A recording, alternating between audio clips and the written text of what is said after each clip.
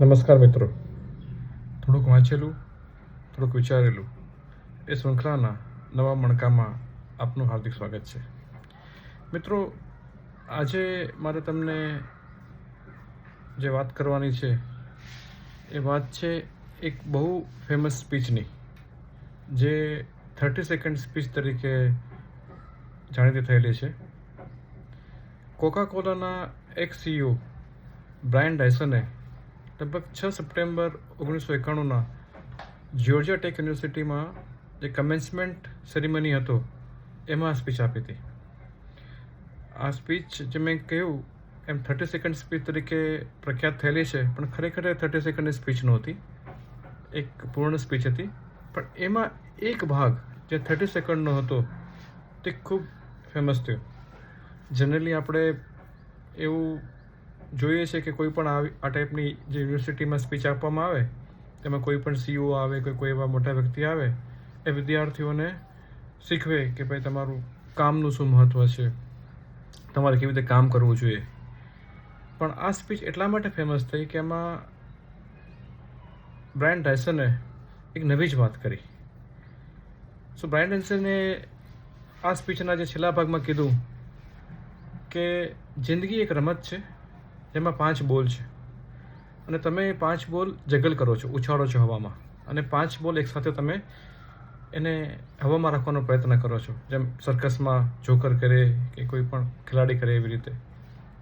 હવે આ 5 બોલમાં આ 5 બોલ કયા? એમણે નામ આપ્યું કે આ જે 5 બોલ છે તે વર્ક, તમારું કામ, ફેમિલી, તમારું કુટુંબ, હેલ્થ, તમારું સ્વાસ્થ્ય, ફ્રેન્ડ્સ, તમારા મિત્રો, અને સ્પિરિટ, એટલે તમારી આધ્યાત્મિકતા. જે આ 5 બોલ તમે હંમેશા એને હવામાં રાખવાનો પ્રયત્ન કરો છો. આગળ એમણે કહ્યું કે આ 5 બોલમાંથી જે વર્કનો બોલ છે, કામનો બોલ છે, એ રબરનો બનેલો છે. એટલે જો કદાચ તમારા હાથમાંથી પડી જશે નીચે તો એ બાઉન્સ બેક થશે, ઉછળીને પાછો તમારી પાસે આવશે.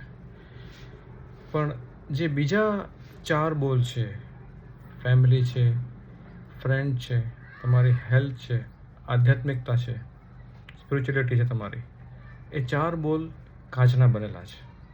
તો આ 4 બોલમાંથી જો એક પણ બોલ તમારા હાથમાંથી પડશે તો તેના મૂળ સ્વરૂપે નહીં રહે, કે એમાં સ્ક્રેચ પડશે, એ કંઈક ખંડિત થશે, એમાં તિરાડ પડશે, કે બની શકે કે આખો બોલ નષ્ટ પામે, સેટર્ડ થઈ જાય.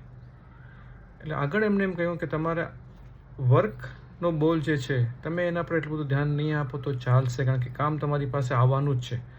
એક વખત તમે કદાચ કામ મૂકશો તો કામ તમારો પીછો નહીં છોડે.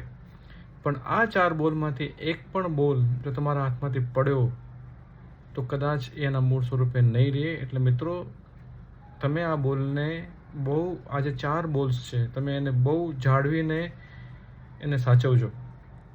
આમ વાત બહુ નાની છે, પણ આજે આપણે જોઈએ છે કે કોમ્પિટિશનના જમાનામાં, ધંધામાં કે કોઈ પણ રોજગારમાં માણસો કામને બહુ મહત્ત્વ આપે છે. હું ક્યાંક બીજાથી પાછળ રહીને જાઉં, હું જો આ નહીં કરું આજે તો હું આગળ નહીં વધી શકું. બિઝનેસમાં પણ એવું થાય કે ચલો આજે મારે એટલું કામ કરી લેવું છે, દુકાન એટલી ખુલ્લી રાખવી છે, ધંધો એટલો કરી લેવો છે, સવારના 8થી રાતના 12 વાગ્યા સુધી માણસો રચ્યા પચ્યા રહે છે, આપણે જોઈએ છે. પણ એ લોકો બીજા જે 4 આયામો છે જિંદગીના, એમાં કોમ્પ્રોમાઇઝ કરે છે. ફેમિલીને તમારા સમયની જરૂર છે. તમે જો એ સમય તમારા ફેમિલીને નહીં આપો તો કદાચ તમારા ઘરનું વાતાવરણ સુંદર નહીં બને. તમારું જે હેલ્થ છે તમે એના તરફ ધ્યાન નહીં આપો તો ગમે એટલું કામ કરશો, પણ જો તમારી જાત નહીં ચાલે તો એ કામ દ્વારા ઉપાર્જિત થયેલા ધનની કે વૈભવની કોઈ કિંમત નથી, તમે માણી નહીં શકો.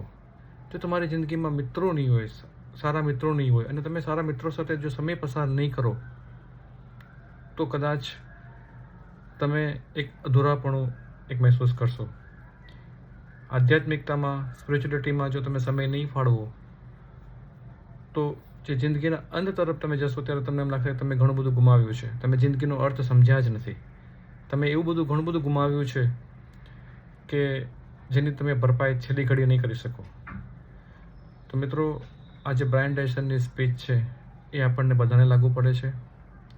આપણે બધાએ સમજવું રહ્યું કે આપણે જે કંઈ કરીએ છીએ, જે કામ માટે જે કંઈ આપણે કામ કરવું છે એ તો કરવું જ રહ્યું.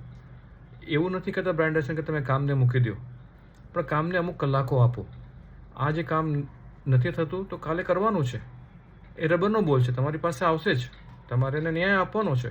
પણ સાથે સાથે જે બીજા 4 બોલ્સ છે, બહુ અગત્યના બોલ્સ છે કે જો તમે એમાં ધ્યાન નહીં આપો તો તમે કદાચ એને ગુમાવી બેસશો.